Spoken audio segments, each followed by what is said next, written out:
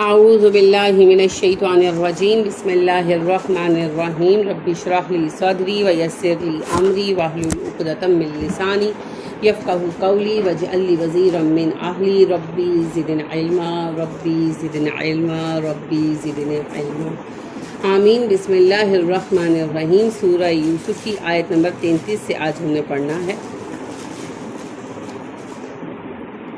ہم نے کل تفصیل کے ساتھ اس بات کو دیکھا تھا کہ کیا کردار تھا عزیز مصر کی بیوی کا اور کیا ماحول تھا خود اس وقت مصر کا، اس کی معاشرتی اور اخلاقی حالت کیسی تھی جس میں یوسف علیہ السلام حق پر قائم رہے۔ ہم نے برہان کا معنی بھی تفصیلاً دیکھا۔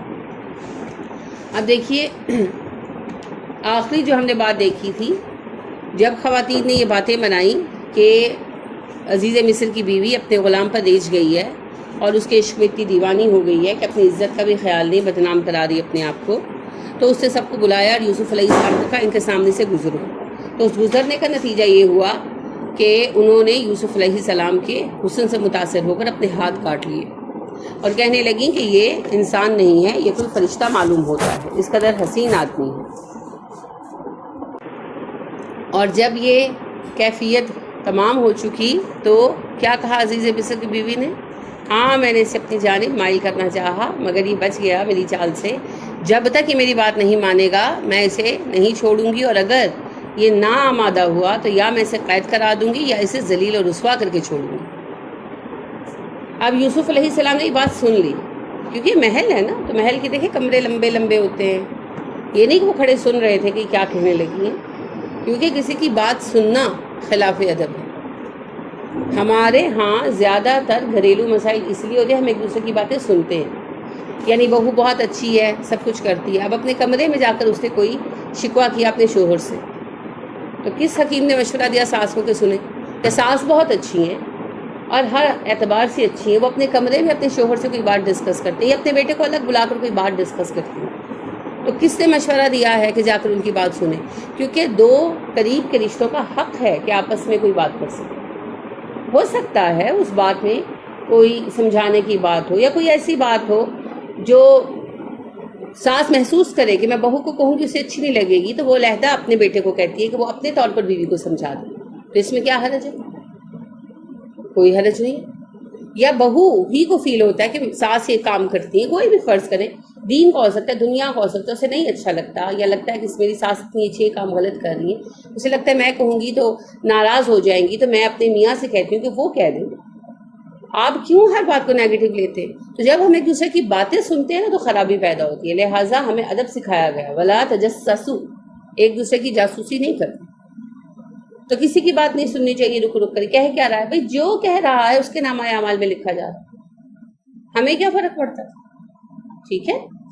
تو حضرت یوسف علیہ السلام تو بہترین اخلاق کے حامل انسان تھے، کیونکہ نبی تھے اور نبی کے بیٹے تھے، تو سن نہیں رہے تھے۔ آپ کو شاہی قلعہ کا بھی دیکھا ہو آپ نے یا کوئی اور ایسی جگہ دیکھی تو آپ دیکھیں لمبے لمبے کمرے ہوتے ہیں، ہالز ہوتے ہیں، نکلتے ہوئے بھی ٹائم لگتا ہے۔ تو حضرت یوسف علیہ السلام ابھی کمرے سے نکلے اور یہ بات فوری طور پر چل رہی تھی نا، فوری طور پر باتیں، کتنا وقت لگا ہوگا، 5-6 سیکنڈ، اتنی سی بات۔ اور مین وائل یوسف ابھی کمرے سے باہر بھی پوری طرح غالباً نہیں نکلے تھے یا ابھی نکلے ہی تھے، تو ان کے کان میں یہ بات پڑ گئی۔ ٹھیک ہے، بالکل۔ تو اس لیے یوسف علیہ السلام نے اس کی بات بھی سن لی، اور پھر بات اتنی نہیں رہی، بات آگے بڑھ گئی۔ یہ قول جو اب یوسف کا ہے وہ صرف اسی وقت کا نہیں ہے، یہ کچھ عرصے بعد کی دعا ہے، کیونکہ اس میں صیغہ جمع کا ہے، اور ابھی تک کے واقعے میں یوسف علیہ السلام کا واسطہ یا سابقہ صرف ایک عورت سے تھا، وہ تھی عزیز مصر کی بیوی، اور کوئی نہیں تھی۔ مگر اب ہمیں پتہ چلتا ہے کہ باقی عورتیں بھی یوسف کے پیچھے لگ گئی۔ اس سے آپ ایک چیز نوٹس کریں نا، اس معاشرے میں اخلاقی انحطاط کس حد تک آ چکا تھا۔ سوشلی یہ لوگ ترقی پا چکے تھے اور اخلاقی اعتبار سے زوال کا شکار تھا اور شدید انحطاط کا شکار تھا۔ کسی قوم کی تباہی کا پہلا نشان کیا ہوتا ہے؟ ایلیٹ کلاس کا برباد ہو جانا، جیسے یورپین علاقے ہو چکے ہیں۔ اللہ کریم کہتے ہیں جب ہم کسی قوم کی تباہی کا فیصلہ کرتے ہیں تو وہاں کے امیر طبقے کو گمراہی میں چھوڑ دیتے ہیں، اور جب وہ پوری طرح گمراہ ہو جاتا ہے تو پھر باقی لوگ بھی ان کی راہ پر چلنے لگتے ہیں اور پھر ہم پوری قوم کو برباد کرتے ہیں۔ ہر طرف انحطاط کا آغاز ایسے ہی ہوتا ہے۔ ہماری ایلیٹ کلاس میں بگڑی ہوئی ہے، تو تبلیغ تو سبھی کو کرنا ہوگی، لیکن as a matter of fact ہدایت سب سے پہلے غریب لوگ قبول کرتے ہیں۔ ہر نبی کے پیروکار ایسے ہی رہے ہیں، لہٰذا ہر نبی کی امت نے یہ ڈائلاگ ضرور کہا کہ کم ترین ذلیل گھٹیا لوگ تمہارے پیروکار ہیں، جن کی کوئی رائے نہیں، جو علم والے نہیں۔ بادی الرائے کا لفظ استعمال کیا نا حضرت صالح کی قوم نے، کہ جو صالح ہم دیکھیں جو بادی الرائے ہیں، یعنی جن کی کوئی خاص رائے نہیں ہے، عالم لوگ نہیں ہیں، وہی تمہارے پیچھے لگے ہیں، مطلب غریب طبقہ، کوئی اسکالرز نہیں فالو کرنے والے تھے ان کی۔ تو ہمیں تو خیر سبھی کو بلانا ہے، کیا ایلیٹ کلاس، کیا مڈل کلاس، اور کیا غریب طبقہ، سبھی کو بلانا ہے، پھر اللہ جس کو توفیق عطا کرے۔ تو دیکھیے کالا یوسف نے کہا، اس نے کہا یعنی یوسف نے کہا، دعا مانگی، ربی اے میرے رب، السجن قید خانہ، احبو مجھے زیادہ پیارا ہے، احبو اکبرو کے وزن پر زیادہ، سب سے زیادہ محبوب ہے، الیہ مجھے، میری طرف، مما اس سے جو، یدعوننی وہ بلاتی ہیں مجھ کو، یدعونا وہ سب بلاتی ہیں، جمع کا صیغہ ہے، الیہ اس کی طرف، اے اللہ جس چیز کی طرف یہ سب عورتیں مجھے بلا رہی ہیں اس سے کہیں زیادہ محبوب مجھے قید میں پڑ جانا ہے، قید خانے میں رہنا ہے۔ تو ایک عورت نہیں رہی تھی نا، اب انہوں نے یوسف کو دیکھا تو یوسف کے پیچھے لگ گئی۔ وَإِلَّا اور اگر نہیں تصرف پھیرے گا تو انی مجھ سے کیدہن ان عورتوں کی چالیں، اصبو میں مائل ہو جاؤں گا، پڑ جاؤں گا، الیہن ان کی طرف۔ اللہ اگر آپ نے مجھ سے ان کی چالیں نہ پھیر دیں تو غیر ممکن ہے میں کسی کی طرف متوجہ ہو جاؤں۔ جوان آدمی تھے نا، ابھی شادی بھی نہیں ہوئی تھی، اب ایک سے ایک حسین عورت رہی ہوگی، کیونکہ آپ کو پتا ہے ایلیٹ کلاس سب سے زیادہ کس پر توجہ دیتی ہے؟ اپنی خوبصورتی پر، تو لہٰذا وہ بھی کرتی ہوں گی اس زمانے کے جو بھی رائج فیشن وغیرہ ہیں۔ آج بھی آپ دیکھیں ایلیٹ کلاس میں اور ہمارے عام جو لوگ ہیں ان میں، اور پھر جو بالکل نچلی کلاس ہے ان میں، ایک ہی عمر کی بچیوں کو آپ دیکھیں تو شکل صورت کا بڑا فرق ہوتا ہے، وہ اپنی فٹنس کا خیال رکھتی ہیں، اپنی یعنی فیشلز وغیرہ کراتی ہیں، تو نارمل شکل صورت کی ہو کر بھی وہ زیادہ اٹریکٹیو، زیادہ دلکش نظر آتی ہے۔ تو یہی کیفیت اس وقت بھی تھی، جو کچھ اس وقت اسباب تھے زینت کے، فیشن کے، وہ سب اختیار کرتی تھی، پھر کئی جینوئنلی بھی خوبصورت ہوں، اور پھر اللہ نے قدرتی دلکشی تو رکھی ہے مرد کے لیے عورت میں، عورت کے لیے مرد میں۔ اب یوسف علیہ السلام انتہائی حسین آدمی تھے، اب ان لوگوں نے دیکھا اور ریچھ گئی۔ اب کیا ہوا کہ اوروں کی طرف سے بھی نامہ و پیام آنے لگے، سب کی طرف سے یوسف پر دام ڈالے جانے لگے۔ تو یوسف نے کہا کہ اللہ یہ سب مجھے کھینچ رہی ہیں، ایسا نہ ہو کہ میں فطرتاً کسی کی طرف مائل ہو جاؤں، کسی غلطی کا ارتکاب کر بیٹھوں، آپ ان کی چالیں مجھ سے پھیر دیں۔ وَأَكُن مِّنَ الْجَاهِلِينَ اگر ایسا ہو گیا تو میں جاہلوں میں سے ہو جاؤں گا، یعنی میں جانتا ہوں کہ زنا حرام ہے، پھر بھی اگر میں کسی غلط کاری میں مبتلا ہو گیا تو یہ تو انتہائی جہالت کا ثبوت ہوگا، تو مجھے ایسا نہیں ہونا، آپ مجھے ان چالوں سے بچا دیں، مجھے آپ اس سے نکال دیں۔ فَاسْتَجَابَ لَهُ قبول کر لی اس کے لیے، ربہ اس کے رب نے، تو اس کی دعا اس کے رب نے قبول کر لی۔ فَصَرَفَ پھیر دیا، عنہ اس سے، کیدہن ان کی چالوں، اور یوسف سے ان عورتوں کی چالیں پھیر دی۔ انہ بے شک وہ ہوا وہی ہے، السمیع سننے والا، العلیم سب سے زیادہ جاننے والا، وہی سب سے زیادہ سننے والا، سب سے زیادہ جاننے والا ہے۔ ابھی یوسف کا ایک امتحان ختم نہیں ہوا تھا اور دوسرا شروع ہو گیا۔ ابھی وہ پہلے ایک آزاد گھرانے کے فرد ہونے کے باوجود غلام بنا دیے گئے، بک گئے، اور ابھی اپنے گھر والوں سے دور تھے، غلامی کا تو گردن میں تھا، ابھی اس سے نجات نہیں پائی تھی، اور ایک اور امتحان شروع ہو گیا، اب قید میں ڈالے جانے پر راضی ہو گئے، کس لیے؟ اللہ کی رضامندی حاصل کرنے کے لیے اور نارضامندی کے کام سے بچنے کے لیے، اور تو کوئی خطا نہیں تھی یوسف کی نا۔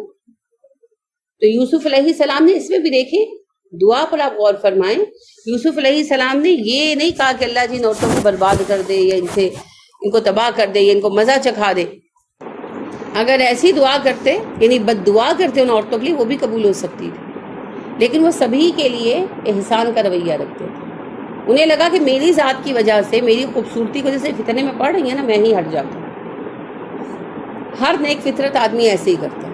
اگر آپ کی وجہ سے خاندان میں جھگڑا پڑ رہا ہے، سم ٹائم ہوتا ہے نا، ایک ہماری حمایت میں بولتا ہے، ایک ہمارے اگینسٹ بولتا ہے، تو آپ اس چیز سے ہٹ جائیں، کیا فرق پڑتا ہے؟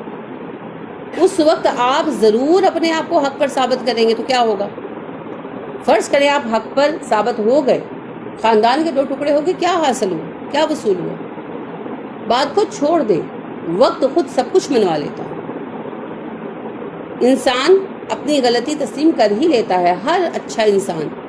اس وقت جب معاملہ غلط ہوتا ہے، بعض اوقات انا کا مسئلہ ہوتا ہے، بعض اوقات واقعتاً دوسرا سمجھ رہا ہوتا ہے کہ میں حق پر ہوں اور یہ غلط ہے.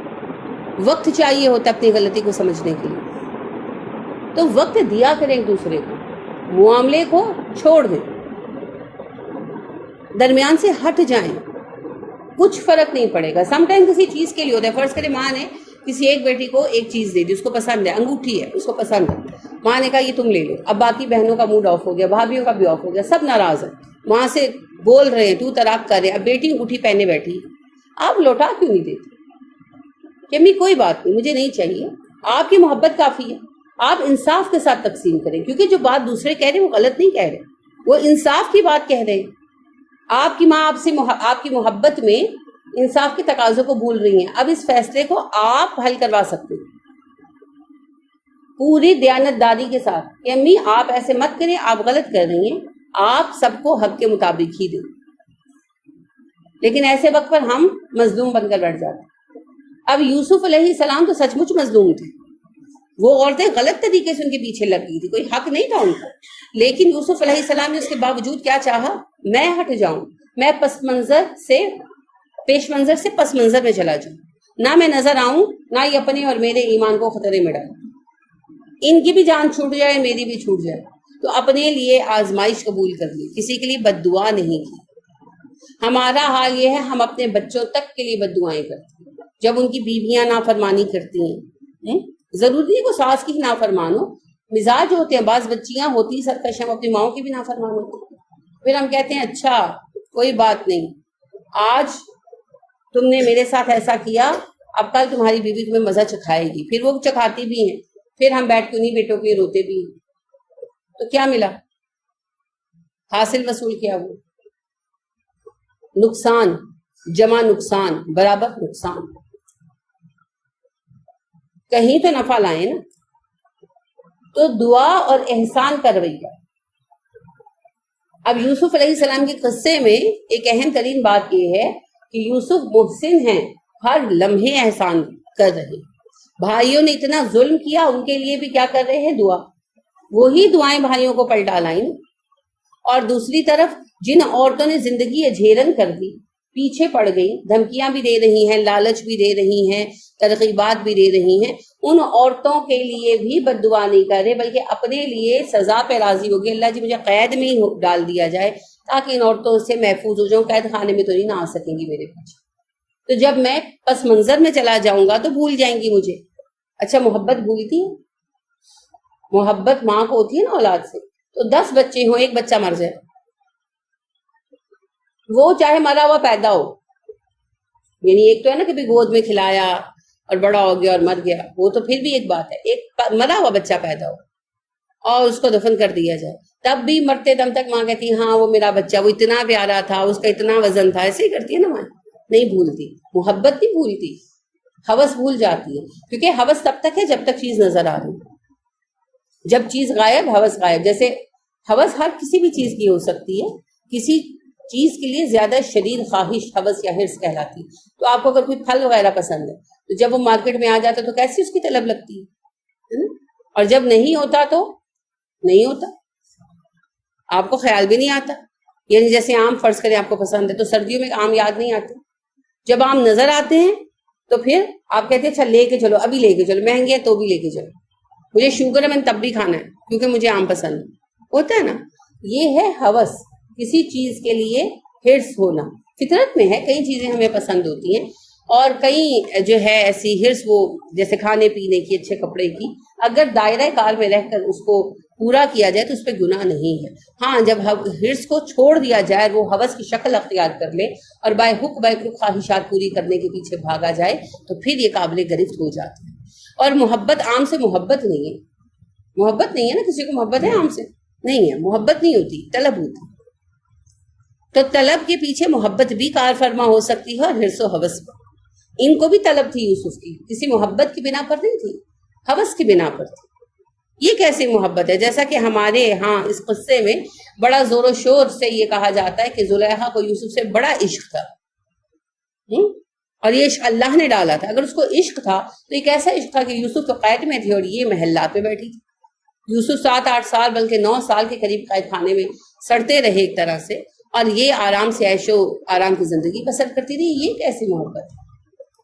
ماں کو خالی گمان ہو جائے نا کہ میرا بچہ تکلیف میں ہے، خالی یعنی دور گیا ہے، سفر پر ہے، ابھی فون نہیں آیا، تو ماں سے کھانا نہیں کھایا جاتا. سارے کہہ رہے ہوتے ہیں وہ آرام سے جہاز میں کھانا کھا رہا ہوگا، آپ کھانا کھائیں.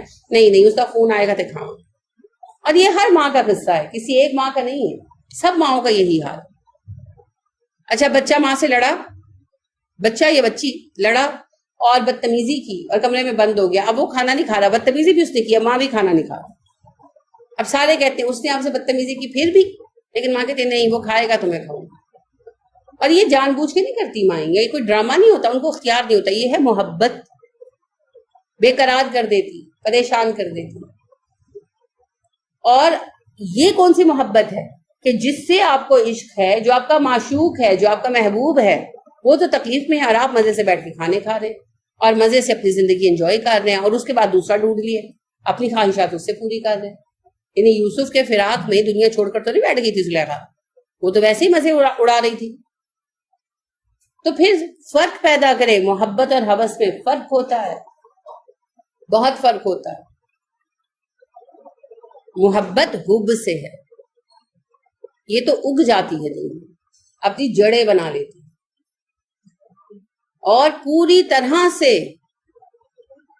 پنپتی ہے، جیسے پودا پھلتا پھولتا ہے نا، اس طرح. اسے کون دل سے نکال سکتا؟ کوئی نہیں نکال سکتا. اور ایک ہوتا ہے کسی چیز کو دیکھ کر پسند کرنا، اس کے پیچھے لگ جانا، جیسے بچے کرتے، کھلونا دیکھا اور لگ گئے، اماں لینا ہے روئے جا رہے ہیں، کھانا چھوڑ دیا، گر رہے ہیں، آپ لے دیتے، پھر کیا کرتے ہیں؟ وہ کونے میں پڑا ہو. یہ محبت نہیں ہوتی، یہ محض ایک چیز کو دیکھ کر اس کی طلب ہے، ہوس ہے، فطرت میں ہے انسان کی. ہم اس کو اگر کنٹرول نہیں کرتے تو پھر یہ بڑھتی جاتی. ان کو بھی ایسی ہوس تھی، جیسے بچوں کو کھلونا چاہیے ہوتا ہے نا کھیل کے لیے، دل بہلانے کے لیے. انہیں معاذ اللہ یوسف چاہیے تھے اپنے دل بہلانے کے لیے، اپنی شہوت پوری کرنے کے لیے، اپنی خواہش پوری کرنے کے لیے. کوئی محبت نہیں تھی کسی کو. لہٰذا یوسف علیہ السلام نے دعا مانگی اور اللہ کہتے ہیں ہم نے ان کی دعا قبول کر لی. ہم بہترین سننے جاننے والے، سب سے زیادہ سنتا اور جانتا ہے. تو اللہ نے کیا سنا اور کیا جانا؟ یوسف پاک دامن بھی رہنا چاہتے تھے، یوسف کسی کا برا بھی نہیں چاہتے تھے. یوسف ان عورتوں کو جو ان کے لیے مصیبت بنی ہوئی تھی انہیں بھی آزمائش میں نہیں ڈالنا چاہتے تھے اور انہیں تکلیف بھی نہیں دینا چاہتے تھے. وہ اپنی ذات کے لیے آزمائش جھیل لینے پر بھی تیار تھے. وہ خیر چاہتے تھے مگر دوسرے کی تکلیف کی کاسٹ پر نہیں. ہماری طرح نہیں کہ میں تہجد کے لیے اٹھی ہوں تو اب میں وہ ٹھا چیزیں ماروں گی کہ سارے گھر کی نیند خراب ہو. میں تہجد پڑھی کوئی مذاق تھوڑی. ایسے ہی ہوتے ہیں ہم لوگ، ایسے ہی کرتے ہیں. لیکن یوسف اس بات پر بھی آمادہ نہیں کہ اللہ ان عورتوں کو کسی مصیبت میں ڈال دے. وہ یہ بھی طلب نہیں کرتے. وہ کہتے ہیں اللہ مجھے مصیبت میں ڈال دے، مجھے قید میں ڈال دے، بس مجھے اس شر سے بچا دے. یہ ہوتا ہے احسان، اور ایسے ہوتے ہیں محسنین. چاہتے تو ہم سب ہیں کہ ہم محسن بن جائیں، ہم تو اپنے گھر والوں کو معاف نہیں کرتے. ثم پھر بدا لہم ظاہر ہو گیا ان کے لیے، من بعد اس کے بعد، ما جو رأو ہے اصل میں انہوں نے دیکھا، الآیاتی نشانیاں، ما رأو الآیاتی نشانیاں جو انہوں نے دیکھی، لا یسجننہ، یسجننہ جو ہے نون پر جو تشدید ہے یہ نون مشدد تاکید کے لیے ہے. یسجنو تھا، یسجننہ تشدید آئی شدت اظہار کے لیے. لازمن قید میں ڈالے ہوں اس کو، لام بھی لام تاکید ہے، دو ہی تاکید آ رہی ہے. انہیں ایک ہی حل نظر آیا، ہر حال میں اسے قید کر دے، حتی ہین، ایک زمانے تک. ہین سنس کے معنی میں آتا ہے کہ ایک لمبے عرصے تک کے لیے یوسف کو پس منظر سے ہٹا دے. اللہ کہتے ہیں پھر نظر آ گیا انہیں، ظاہر ہو گیا انہیں جنہوں نے نشانیاں دیکھی تھی. یعنی عزیز مصر، وہ جو منسٹر تھا وہ، اور جو اس کی بیوی تھی، اس کے خاندان والوں کو، ان رشتہ داروں کو، فیملی کے مردوں کو یہ دکھائی دیا، یہ محسوس ہوا، حالانکہ وہ نشانیاں دیکھ چکے تھے. کس بات کی؟ یوسف کی بے گناہی کی، کہ یوسف کو لازماً قید میں ڈالنا ہوگا کچھ عرصے کے لیے. کیوں؟ نہیں، وہ تو ان کے اتنے قیب تھے کہ وہی یورپ والے معاشرے کی بات تھی نا، بدنامی ہو رہی تھی اس بات کو دبانے کی. اب ایک یہی بات نہیں تھی، اب دیکھیں نا غلاموں کے ہاتھ بات آ چکی تھی. اب جو دوسری عورتیں بھی ناموں پیام بھجواتی ہوں گی، کس کے ہاتھ بھجواتی ہوں گی؟ غلاموں کے ہاتھ، کنیزوں کے ہاتھ. تو غلام کنیزیں ظاہری بات ہے نچلے طبقے کے لوگوں سے بات کرتے ہوں گے، تو بات شہر میں پھیل گئی، کیپٹل میں پھیل گئی. تو لوگوں میں چہمہ گوئیاں ہونے لگیں کہ وزیروں مشیروں کی بیویاں یوسف پر ڈورے ڈالتی ہیں کیونکہ یوسف خوبصورت آدمی ہے. اور خود وزیر کی بیوی جس کے ہاں یوسف رہتے ہیں، ان کا بھی یہ حال ہے، اس کا بھی یہ حال ہے کہ وہ یوسف کو اپنی طرف مائل کرنے کے لیے ہر تدبیر اختیار کرتے ہیں. جی، یہودی روایات کے مطابق زلیخا اسی کا نام تھا. تو اب یہ صورتحال یہ تھی کہ یہ بات سب میں عام ہو گئی. تو ظاہری بات ہے کہ تھے تو معزز گھرانے نا، کردار کچھ بھی رہا ہو، ویسے تو وہ ایلیٹ کلاس تھی، طبقہ اشرافیہ تھا، تو ان کو اپنی عزت کی بڑی فکر تھی. تو اب بدنامی ہونے لگی. اندر اندر وہ جو چاہے کرتے ہوں، وہ ان باتوں کو ظاہر نہیں کرتے تھے، ایک دوسرے کے ساتھ ریلیشن بھی رکھتی تھے نا. تو ان کی، میں نے آپ سے کہا نا کہ اس کو آپ دیکھ سکتے ہیں یورپین معاشرے میں کہ اپنی کلاس کے لوگوں کے ساتھ تعلقات ہوتے تھے، نہ مرد اس بات کو کھولتے تھے، نہ عورتیں کھولتی تھی، دبا کے رکھتے تھے، پوشیدہ تعلقات رکھتے تھے. اب یہ بات ظاہر ہو گئی تو بدنامی ہونے لگی. اور پھر ایک عزیز مصر کی بیوی کی نہیں، اس کی ہی بیوی، عزیز اصل میں سردار کو یا غالب کو کہتے ہیں، تو کسی بھی منسٹر وغیرہ کے لیے آ سکتا ہے. تو صرف اس فائنانس منسٹر کی بیوی کی ہی نہیں، ان ساروں کی ہی بیویوں کی بدنامی ہونے لگی جو یوسف علیہ السلام کے پیچھے لگی ہوئی تھی. ان کی جو پوری اس کی وقت کی وزارت تھی، کابینہ وغیرہ تھی ان کی، اس کی جو مشہور خواتین تھی وہ بدنام ہونے لگی. تو انہوں نے کہا کیا کریں، بیویوں کو تو نکیل ڈال نہیں سکتے. اس سے یہ بھی پتہ چلا کہ بیویاں بھی اپنی مرضی کی مالک تھیں، آزاد تھیں. تو بیویوں کو تو روک نہیں سکتے، تو پھر ایک کام کرتے ہیں، یوسف کو منظر سے ہٹا دیتے. وہی حل ان کے ذہن میں آیا جو یوسف چاہ رہے تھے. تو اس کا آسان حل یہ ہے کہ یوسف کو قید میں ڈال دے. دو فوائد ہوں گے، یوسف پس منظر میں چلے جائیں گے تو عورتوں کی ذہن سے یادداشت سے اتر جائیں گے، اور دوسرا یہ ہوگا کہ لوگ کہیں گے یوسف نے کچھ تو کیا کہ قید میں ڈالا گیا، تو بات یوسف کے سر پڑ جائے. تو لہٰذا یوسف علیہ السلام کو قید میں ڈال دیا گیا، اور یہ کیس بادشاہ کے کورٹ تک نہیں پہنچا، بادشاہ کے دربار تک نہیں پہنچا، بلکہ وزیروں نے آپس میں فیصلہ کیا، اور جو بھی ان کا کوئی سب لا ہوگا اس کے تحت یوسف کو سزا دے دی گئی. عدالت میں گئے ہوں یا کسی وزیر کے کورٹ پہ فیصلہ ہوا ہو، وہ تو پھر ان کا جو قانون تھا اس وقت، اس کے مطابق یوسف علیہ السلام کو قید کی سزا سنا دی گئی. کس جرم میں؟ زلیخا پر دست درازی کے جرم میں. حالانکہ اللہ کہتے ہیں وہ نشانیاں دیکھ چکے تھے.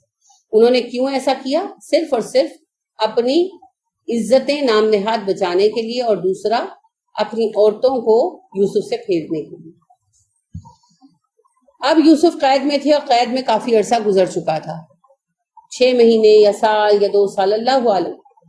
اور داخل ہوئے معاہو، ساتھ اس کے السجنہ، قید میں، فتیان، 2 نوجوان، اس کے ساتھ 2 جوان آدمی قید میں ڈالے گئے. کالا، کہا، احدہما، ان دونوں میں سے ایک نے، انی، بے شک میں، ارانی، میں دیکھتا ہوں، آسرو، میں نچوڑ رہا ہوں، این سوادرے، اثر نماز بھی تو ہوتی ہے، نچوڑ ہے نا وہ بھی نمازوں، اسی لیے اس کے لیے خاص طور پر تاکید کی گئی، خاص طور. تو عصر نچوڑ کو بھی کہتے ہیں، عصر زمانے کو بھی کہتے ہیں، زمانہ بھی تو نچوڑ دیتا ہے. تو نچوڑ کیا ہوتا ہے؟ کسی چیز کا عصر. اس کا اصل مغز. ٹھیک ہے. آخرو میں نچوڑ رہا ہوں، خمرن شراب، یعنی ڈال رہا ہوں، انڈیل رہا ہوں. وکالا کہا آخرو دوسرے نے، انی بے شک میں، آرانی میں دیکھتا ہوں، احملو میں اٹھائے ہوئے ہوں. ہے میم لام حمل، اٹھانا. بچے کو پیٹ میں رکھنے کو بھی حمل اسی لیے کہتے ہیں کہ بوجھ ہوتا ہے نا، اس کا فزیکل بوجھ ہوتا ہے. احملو میں اٹھائے ہوئے ہوں، فوقا اوپر، راسی اپنے سر کے، خبزن روٹی، تاکلو کھاتے ہیں، الطیرو پرندے، منہو اس میں سے. دوسرے نے کہا میں نے خواب میں یہ دیکھا کہ میں اپنے سر پر روٹیاں اٹھائے ہوئے ہوں جس میں سے پرندے کھا رہے ہیں. نبینا ہمیں بتا، نبی بھی اسی سے ہے، نبا بھی اسی سے ہے، اطلاع دینا، سچی اطلاع دینا. بتاویلہ ہی، اس کا انجام. یوسف ہمیں اس خواب کی تعبیر بتا دیجئے، اس کا انجام بتا دیجئے، مفہوم بتا دیجئے. تعویل کا آپ نے پہلے ہی تفصیل سے معنی پڑھا ہے، کسی چیز کے اصل انجام کو دیکھنا. تعویل اصل میں ہوتا ہے کسی کا واپس اپنی اصل جگہ پر لوٹنا. تعویل الاحادیث میں بتایا نہیں میں نے آپ کو، جو اہم معنی ہو نا یاد کر لیا کریں، کیونکہ اب تو نئے معنی کم کم ہی آتے ہیں، تو انہیں یاد کر لیا کریں. آغاز میں جب یعقوب علیہ السلام نے کہا وَيُعَلِّمُهُ تَعْوِيلُ الْأَحَادِيث، وہاں میں نے آپ کو تفصیل سے بتایا تھا. تعویل کا مطلب ہوتا ہے کسی چیز کا واپس اپنی جگہ پر لوٹ کر آنا، تو کسی چیز کا صحیح معنی و مفہوم. تو تعویل کسی بھی چیز کا معنی و مفہوم ہو سکتا ہے. تو تعویل الاحادیث سے مراد صرف خواب کا علم نہیں ہے، بلکہ اس سے مراد معنی و مطالب کا جاننا بھی ہے، معاملہ فہمی بھی ہے. نبینا بتائیے ہم کو، بتاویلہ اس کا اصل مفہوم، اس کا اصل مقصد. ان بے شک نورا کا ہم دیکھتے ہیں تجھ کو، من المحسنین بہت محسن آدمی، ہم آپ کو احسان کرنے والوں میں سے دیکھتے ہیں. اب یوسف قید خانے میں بھی احسان کر رہے تھے. کیسے؟ قید خانے میں کون سے زر و جواہرات تو ان کے پاس جو لٹا رہے تھے. احسان صرف پیسے سے نہیں ہوتا، یہ بھی ہماری کم فہمی ہے. کسی کے ساتھ حسن سلوک رکھنا بھی تو احسان ہے. جو قید میں ہیں، قید خانے میں ہیں، اکٹھے رہ رہے ہیں، بیمار پڑتے ہیں، پریشان ہوتے ہیں، تو آپ دیکھیے کسی کو انس دینا بھی صدقہ ہے. نبی صلی اللہ علیہ وسلم نے فرمایا کسی کو انس فراہم کرنا بھی صدقہ ہے. انس کیا ہے؟ کسی کی وحشت دور کر دو. وحشت کا الٹ ہے انس، کسی کی گھبراہٹ دور کر دو. تو قید خانے میں جو کسی بات سے غمزدہ ہے، پریشان ہے، بیمار ہے، تو اس کے کام آ جانا، اس کا خیال رکھنا، خدمت کرنا، تسلی دینا، اچھی بات کہنا، خدمت کر لینا.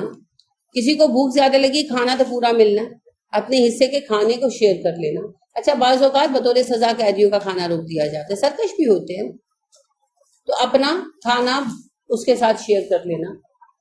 کسی کو کوئی تکلیف آ گئی، ٹھنڈ زیادہ ہے یا کچھ ایسا ہے، اپنا بستر شیئر کر لینا اس کے ساتھ. بہت کچھ ہے جو ہم مال کے بغیر کر سکتے ہیں، مگر ہمیں نیکی صرف مال میں دکھائی دی. تو آپ اس وقت میں جب آپ قید میں بیٹھے ہیں، یوسف علیہ السلام قید میں بیٹھے ہیں، خالی ہاتھ ہیں، خالی دامن ہے، پھر بھی احسان کر رہے ہیں. اور یہ اتنا ویزیبل ہے کہ دو ایسے قیدی جو نئے آئے ہیں، وہ کچھ دن آپ کے ساتھ رہے ہیں، وہ بھی کہہ رہے ہیں کہ ہم دیکھتے ہیں بڑے احسان کرنے والے. تو حسن اخلاق بھی احسان ہے. اب آپ دیکھیں وہ قید میں نئے آئے تو ڈرے ہوئے نہیں ہوں گے. کہاں نعمت، عیش و آرام، شاہی ملازم تھے اور بادشاہ کے خاص ملازم تھے، تو کتنی آرام دہ زندگی ہوگی. وہاں سے اٹھا کے قید خانے میں پھینک دیے، تو کیسا ڈر ہوگا دل پر، کیسی وحشت ہوگی. اس میں تسلی کے دو بول بھی بہت قیمتی ہوتے. تو یوسف علیہ السلام نے ان کی دلگیری کی، ان سے بات کی ہوگی، انہیں حوصلہ دیا ہوگا، ان کی غم گساری کی ہوگی، اور اس وقت اسی کی ضرورت. ہمیں احسان کے راستے نظر نہیں آتے، اور جو کرنا چاہتے ہیں ان کے لیے راستے ختم ہی نہیں ہوتے. تو احسان کسی کا حق نہیں ہوتا. احسان تو وہ سب کچھ ہے جو ہمارے پاس اور ہم کسی کو دے سکتے. ہم تو ہمیشہ یہی کہتے رہتے ہیں نا، اس کو کیا تکلیف ہے میں اس کے لیے کروں، اس کے ہاتھ پیر نہیں ہے. بیکاریوں کی بات نہیں کر رہی، ان کی آپ نے حوصلہ افزائی نہیں کر رہی. میں گھروں کی بات کر رہی ہوں، معاشرے کی بات کر رہی ہوں. گھر کے اندر ہی آپ دیکھ لیں، ہم کہتے ہیں میں کیوں کام کروں، اس کے ہاتھ نہیں، وہ نہیں کر سکتے، تو پھر احسان کون کرے گا؟ احسان کون کرے گا؟ ہوتا ہے نا کوئی بندہ کام چور ہوتا ہے تھوڑا سا، یہ نہیں کہ اس کو مزید کام چور بنا دے، لیکن کوئی وقت ایسا ہوتا ہے یا جھگڑا ختم کرنے کے لیے، یا بعض اوقات کام زیادہ ہوتا ہے اور آپ کو پتا ہوتا ہے اس کی پیس اتنی ہے کہ مکمل نہیں کر پائے گا. دونوں کو فرض کریں دعوت ہے، ساس نے ایک کھانا ایک کے ذمہ لگایا، ایک کے ذمہ لگایا، اب ایک بنا کر فارغ ہوگی، دوسری کا پتا ہے کہ اسے سارا دن لگا دینا، اور اس سے بدمزگی پیدا ہونی ہونی ہے، اور اس کی پیس ہی اتنی ہے، آزمودہ بات ہے، تو پھر ساتھ لگ جاؤ. پھر یہ سوچنا کہ ایک اس کو ملا تھا ایک مجھے ملا تھا، میں کیوں ساتھ لگوں؟ احسان کس کا نام ہے؟ اور احسان کون کرتا ہے، کس پہ کرتا ہے؟ ہمیں تو لگتا ہے کہ بس احسان تبھی ہوگا جب ہم کسی اجنبی کے کام آئیں گے. تو رشتہ داروں کے کام کون آئے گا؟ جو ساتھ رہتا ہے اس کا حق نہیں، جو ساتھ بیٹھتا ہے اس کا حق ہے.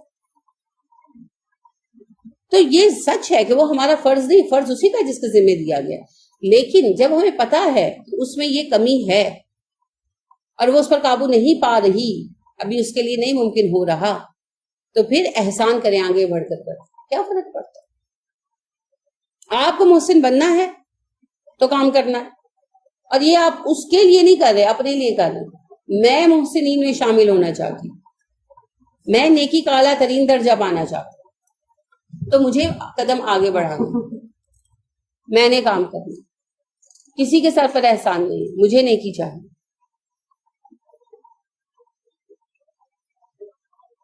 تو یوسف علیہ السلام دیکھیں قید خانے میں بیٹھ کر بھی احسان کر رہے. پہلے اللہ رب کریم نے کہا، اسی طرح اللہ محسنین کو دیا کرتا ہے نا.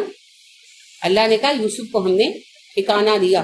جب یوسف مصر میں آئے اور ان کو اس وزیر نے خریدا اور یہ ساری بات ہوئی، تو اللہ رب کریم نے اس وقت یہی کہا. یہ دیکھیے آیت نمبر 22 ہے، وَلَمَّا بَلَغَ أَشُدَّهُ آتَيْنَاهُ حُكْمًا وَعِلْمًا وَكَذَلِكَ نَجْزِي الْمُحْسِنِينَ. ہم اسی طرح محسنین کو دیا کرتے ہیں. تو محسنین میں سے قرار دیا یوسف کو اللہ نے. اب انسانوں کی گواہی بھی آ گئی، وہ کہتے ہیں اِنَّا نَرَاكَ مِنَ الْمُحْسِنِينَ، یوسف ہم آپ کو محسن دیکھتے ہیں. تو کتنی سچی گواہی ہے. اب یوسف علیہ السلام نے کیا کیا کالا کہا لا نہیں یاتیکما آئے گا تم دونوں کے پاس طعام کھانا تمہارا ترزقانی ہی جو تم کھلائے جاتے ہو الا مگر نبأتکما میں تم دونوں کو بتا دوں گا بتاویلہ اس خواب کی تعبیر قبل اس سے پہلے ان یاتیکما کہ وہ کھانا آئے تمہارے پاس. جو لنچ ملتا ہے وہ آنے سے پہلے میں تمہیں اس خواب کی تعبیر بتا دوں گا. ذالکما مما علمنی ربی یہ وہ علم ہے جو مجھے میرے رب نے سکھایا ہے. تعبیر رویا کا علم میرے رب نے مجھے سکھایا ہے. انی بے شک میں ترکتو میں نے چھوڑا ملت کو قوم کی لا نہیں یؤمنون جو ایمان رکھتی باللہ اللہ پر وہم اور وہ بالآخرت آخرت کے ساتھ ہم کافرون انکاری ہیں. میں نے اس قوم کو چھوڑ دیا، اس کے راستے کو چھوڑ دیا. ایک قوم کے راستے کو، ملت راستہ بھی ہوتا ہے اور قوم ہے، تو قوم کے اس راستے کو چھوڑا، طریقے کو چھوڑا جو اللہ پر ایمان نہیں رکھتی اور آخرت کی انکاری ہے. کون سی قوم؟ جی مصر کے لوگ. یوسف علیہ السلام بچپن سے مصر آ گئے تھے نا، مگر ان کے طریقے کو نہیں اپنایا. ٹھیک ہے، تو چھوڑنے کے لیے ضروری نہیں وہ فزیکل چھوڑ کے چلے جائے، آپ ان کے طریقے پر نہ چلیں. تو انہوں نے کہا میں اس قوم میں آیا جو میرے اپنے آبائی علاقے سے زیادہ ترقی یافتہ اور خوشحال لوگ ہیں، زیادہ متمدن ہیں، مگر میں نے ان کے طریقے کو نہیں اپنایا، اس لیے کہ میں نے دیکھ لیا کہ وہ اللہ پر ایمان نہیں لاتے اور آخرت کی انکاری ہیں. تو میں نے ان کے طور طریقے نہیں اپنائے. تمدن سیکھا ان کا، ان کی تعلیم سیکھی، مگر ان کی ثقافت نہیں اپنائی. آج ہم الٹی پٹی پڑھائے جاتے ہیں. انڈیا کے ساتھ ثقافتی میل جول کرو، کیسا مزہ ہے نا ثقافتی میل جول کا جو ہم بھگت رہے ہیں. جب تک ان کا میڈیا ہمارے یہاں ڈائریکٹ انوالو نہیں ہوا تھا، اس طرح فحاشی نہیں کی. سب سے پہلے اللہ رحم فرمائے جیو والوں نے انڈیا کے ڈرامے اور انڈیا کی فلمیں چلانی شروع کی، اور پھر تو ایک گند پڑ گیا، اور اب تو سینماز میں بھی چلتی، یہ نہیں پاکستانی فلمیں چلیں گی تو کوئی بڑا کام ہو جائے گا، لیکن یہ کہ گند کا اتنا شدید زور نہیں تھا، اب بہت زیادہ فحاشی کا زور ہو گیا۔ تو ثقافتی ملاپ بھی ہم اپنے ہم مذہبوں سے کریں، کیونکہ مذہب کیا ہے، دین کیا ہے، طریقہ حیات ہے، ضابطہ حیات ہے، ثقافت اس کے اندر ہی کا ایک حصہ ہے۔ اگر آپ غیر مسلموں سے ثقافت بڑھائیں گے، ملائیں گے، تو گمراہی آئے گی۔ اس کی پھر آپ مثال لیں یہود سے، جب انہوں نے سلیمان علیہ السلام کے بعد 2 علاقے بنا لیے، اپنے 2 حکومتیں بنا لی، اور پھر اسرائیلیہ والوں نے میل جول بڑھایا فنیکینز کے ساتھ، تو نتیجہ کہاں تک نکلا نا خراب، کہ آخر میں شرک پر آ گئے۔ اور وہ وقت آیا حضرت زکریا علیہ السلام کی زندگی میں کہ یہودیوں کی مسجدوں میں، عبادت گاہوں میں بت نصب کیے جانے لگے، کیونکہ ان کے بادشاہ نے شادی کر لی تھی ایک مشرک ملکہ سے، فنیکینز کی ایک شہزادی سے، اور اس کی خوشی کے لیے اس نے عبادت گاہوں میں بت لگوائے، اور اسی کی بیٹی کی خوشی کے لیے حضرت یحییٰ علیہ السلام شہید بھی کیے گئے۔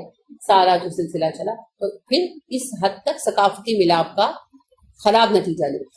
ہمارے ہاں بھی تو یہی ہو رہا ہے، ان کی دیکھا دیکھی، درگاہوں پہ جانا، دھاگے باندھنا، آپ دیکھیں، اور اس طرح کی چیزیں کرنا عام ہو رہا ہے، زبان بھی بگڑ رہی ہے، خیالات میں بھی خرابی آ رہی ہے۔